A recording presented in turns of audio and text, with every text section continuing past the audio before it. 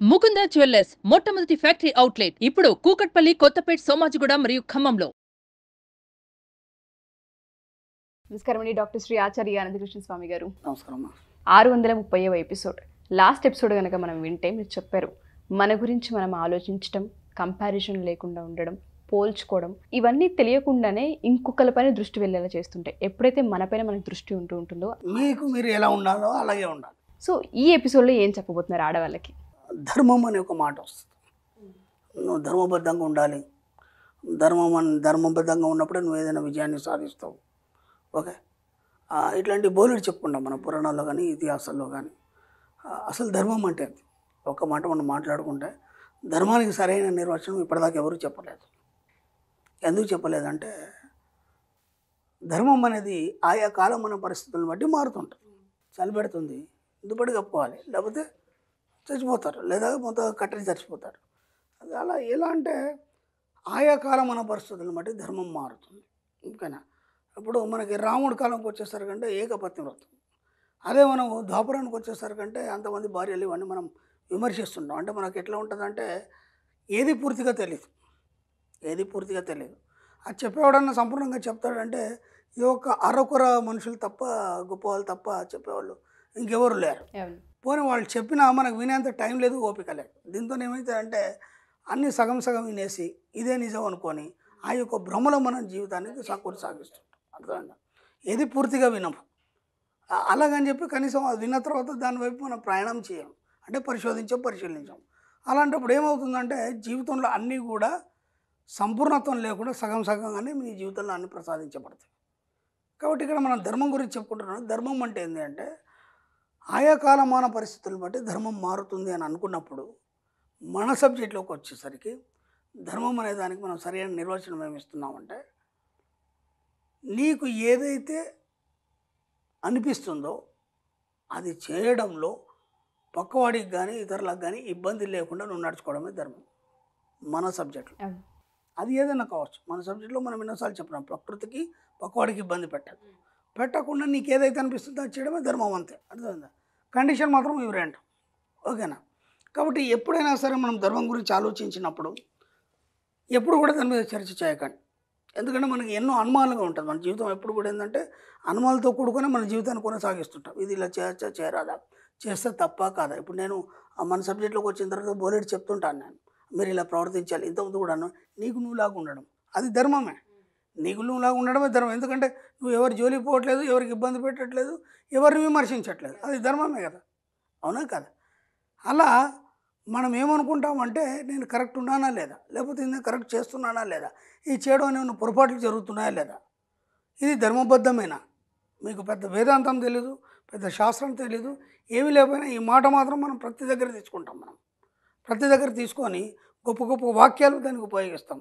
కాబట్టి దానికి మనం అర్హులమా కాదా, అంత గొప్ప వాక్యాన్ని మనం తీసుకొని దానికి అర్హులా కాదా మనకు తెలియదు. కాబట్టి ప్రతిదానికి ఈ దాన్ని మనం జోడించి మన జీవితాన్ని చిన్నగా చేసుకోకండి. అర్థమైంది? అది చాలా గొప్ప పదం, మీకు చాలా ఈజీ పదం. నేను చెప్పిన ప్రకారం మాత్రం చాలా ఈజీ. అది ఇక్కడ ప్రతిదానికి మనం అనుమానం పడుతుంటాం. ఇప్పుడు నేను ఒకటి చేయమని చెప్పాను, నేను మెడిటేషన్ చేయమని చెప్తాను, 20 నిమిషాలు చేయమని చెప్తాను, 20 నిమిషాల కంటే ఎక్కువ చేయను. ఇప్పుడు వాళ్ళు పొరపాటు ఏమైంది, ఒక 5 నిమిషాలు ఎక్కువైంది, లేదా ఒక 5 నిమిషాల ముందు లేచారు.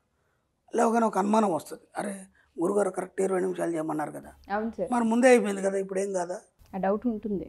ఇప్పుడు ఈ సబ్జెక్ట్లో అది ధర్మం 20 నిమిషాలు చేయాలని నేను చెప్పాను కదా, ఆయా కాలానుగుణంగా ధర్మం మారుతుంటుంది. ఈ సబ్జెక్ట్లో 20 నిమిషాలు చేయను, ఏమంటే గుర్తుకొస్తుంది కదా, ఆ పలానా టీవీలో పలానా ఆయన చెప్పాడు కనీసం 45 నిమిషాలు చేయాలని. ఓకే, నేను చెప్పింది ఇది, అది గుర్తుకొస్తుంది. ఇది గుర్తుకొచ్చినప్పుడు దాంతో ఇది కంపేర్ చేసుకుంటాడు, ఎక్కువైంది కాబట్టి ఏం కాదు 45 నిమిషాలు చేయమన్నాడు కదా ఆయన, అర్థమైంది? దాంతో కాంప్రమైజ్ అయిపోతాడు.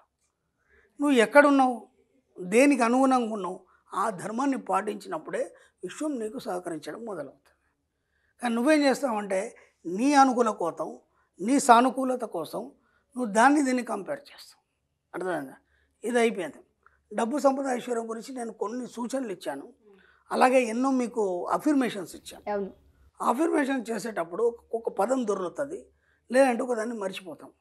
అయ్యో ఇది ఇలా అయింది కాబట్టి అది కాలేదేమో, లేదా ఇది 2 సార్లు చెప్పాను కాబట్టి ఇలా అయిందేమో. నీకు నువ్వే దాన్ని నిర్ణయించుకోవడం. అర్థమైందా? దాంట్లో ఇది ధర్మబద్ధంగా చేశానా లేదా, మళ్ళీ ఒక ఆలోచన దానికి. ధర్మబద్ధంగా చేశానా లేదా, చేయలేదు కాబట్టి నాకు ఇలా చెడు జరిగిందేమో. అర్థమైందా? నేను మన సబ్జెక్టులో ఎన్నోసార్లు చెప్పాను, ఎలాంటి అనుమానాన్ని ముందు తీసేయండి. ఇది ఇలాగే చేయాలి, అది అలాగే చేయాలి, ఇది ఇలాగే ఉండాలి, అలాంటిది ఏం లేదు మన సబ్జెక్టులో. మీకు ఎలా ఉండాలనుకుంటే అలా ఉండండి, మీకు ఏం చేయాలనుకుంటే అది చేయండి. ఏది తప్పు కాదు, ఏది ఒప్పు కాదు. అర్థమైందా? మన సబ్జెక్టులో మంచి చెడు అంటూ ఏమీ లేవు. అర్థమైందా? ఎందుకంటే మన సుప్తచేతన మనసుకి మంచి చెడు అనేది తెలియదు. అర్థమైందా? విశ్వానికి మంచి చెడు అనేది తెలియదు. అర్థమైందా? మరి మంచి చెడు తెలియకపోతే మరి పరిస్థితులు ఎలా అంటే, నీ ఆలోచన విధానం మంచిగా ఉంటే మంచి చేస్తుంది, చెడు ఉంటే చెడు చేస్తుంది. అంతే సింపుల్. అంటే నువ్వు ఇలా ఉన్నావు, ఈ కారణం ఏంటి నీ జీవితానికి అన్నప్పుడు దానికి నీ యొక్క ఆలోచన విధానమే నిన్ను అలా తయారు చేసేది తప్ప విశ్వాన్ని తప్పు పట్టడానికి లేదు, ధర్మాన్ని తప్పు పట్టడానికి లేదు. అర్థమవుతుందా? కాబట్టి ఎక్కడైనా సరే ఇలాంటి పదాలు వాడే ముందు వాటన్నిటిని మీరు త్యజించండి. ఎందుకంటే దానికి మనకి జీవితానికి సంబంధం లేదు. అర్థమైందా? కాబట్టి విశ్వంతోనే కనెక్ట్ అయినప్పుడు ఈ సబ్జెక్టులోకి రావాలన్నప్పుడు ఎలాంటి తప్పులు, మీకు ఎలా ఉండాలనుకుంటే అలా ఉండండి, ఏం చేయాలనుకుంటే అది చేయండి. 2 కండిషన్లు, మనం ప్రకృతి పక్కవాడికి ఇబ్బంది పెట్టుకుంటే అదే ధర్మం. సో ఈ ఎపిసోడ్లో చిట్కా ఏదైనా ఆడవాళ్ళకి? మీరు రోజు చెట్లకు నీళ్ళు పోస్తారు కదమ్మా, చెట్లు అంటే బాగా ప్రేమిస్తారు కదా ఆడవాళ్ళు, పువ్వులు చెట్లు ఇవన్నీ చేస్తారు కదా. ఇంతకుముందు కూడా మనం చెప్పుకున్నాం, దీన్ని చిట్కా కింద ఇప్పుడు మళ్ళీ మనం చెప్పుకుంటున్నాం. అప్పుడు సబ్జెక్ట్ కింద చెప్పుకున్నాం. సబ్జెక్ట్ కింద చెప్పుకున్నప్పుడు అవి ఎక్కువ గుర్తుండయి, ఎందుకంటే నేను ఇంత పెద్ద సబ్జెక్ట్ ఇచ్చాను గతంలో. చివరిలో చిట్టి తంత్రాలు ఏవైతే చెప్పానో అవే ఎక్కువ మంది పట్టుకున్నారు. దాంతో నాకు భయం అయింది, ఎందుకంటే ఆ తంత్ర మార్గంలో నాకు తెలిసి గతంలో తాంత్రికుడు కొన్ని చెప్పాను. ఈ చిట్కాలు మాత్రం తంత్రాలు కావు, ఇది బాగా గుర్తుంచుకోండి. ఇది కేవలం మన సబ్జెక్టే కాబట్టి ఇప్పుడు నాకు ప్రాబ్లం లేదు, వాళ్ళకు ప్రాబ్లం లేదు. కాబట్టి ఈ చిట్కాలు ఎక్కువ పట్టుకుంటారు. ఇప్పుడు ఈ సబ్జెక్ట్ ఇప్పటిదాకా కిందదంతా పక్కన పెట్టేసి ఇవే పట్టుకుంటారు. ఆయన పర్లేదు, వీటితోనే సరే వారికి డబ్బు సంపద వస్తుంది. కాబట్టి మనం మార్చాం, తంత్రాల నుంచి ఈ సబ్జెక్టు చెట్లకు మార్చాం. రోజు నీళ్లు పోస్తుంటారు చెట్లకి, చెట్లను బాగా ప్రేమిస్తుంటారు.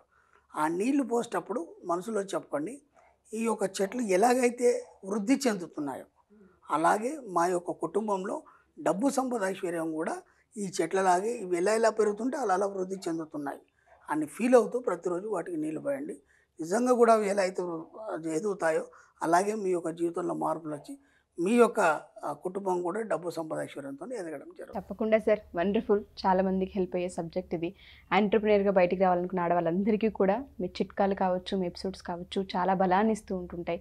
Wonderful sir. Thank you sir. Thank you so much. Thank you. Suman టీవీలో మీ పర్సనల్ అండ్ బిజినెస్ ప్రమోషన్స్ కోసం కింది నెంబర్కి కాంటాక్ట్ చేయండి.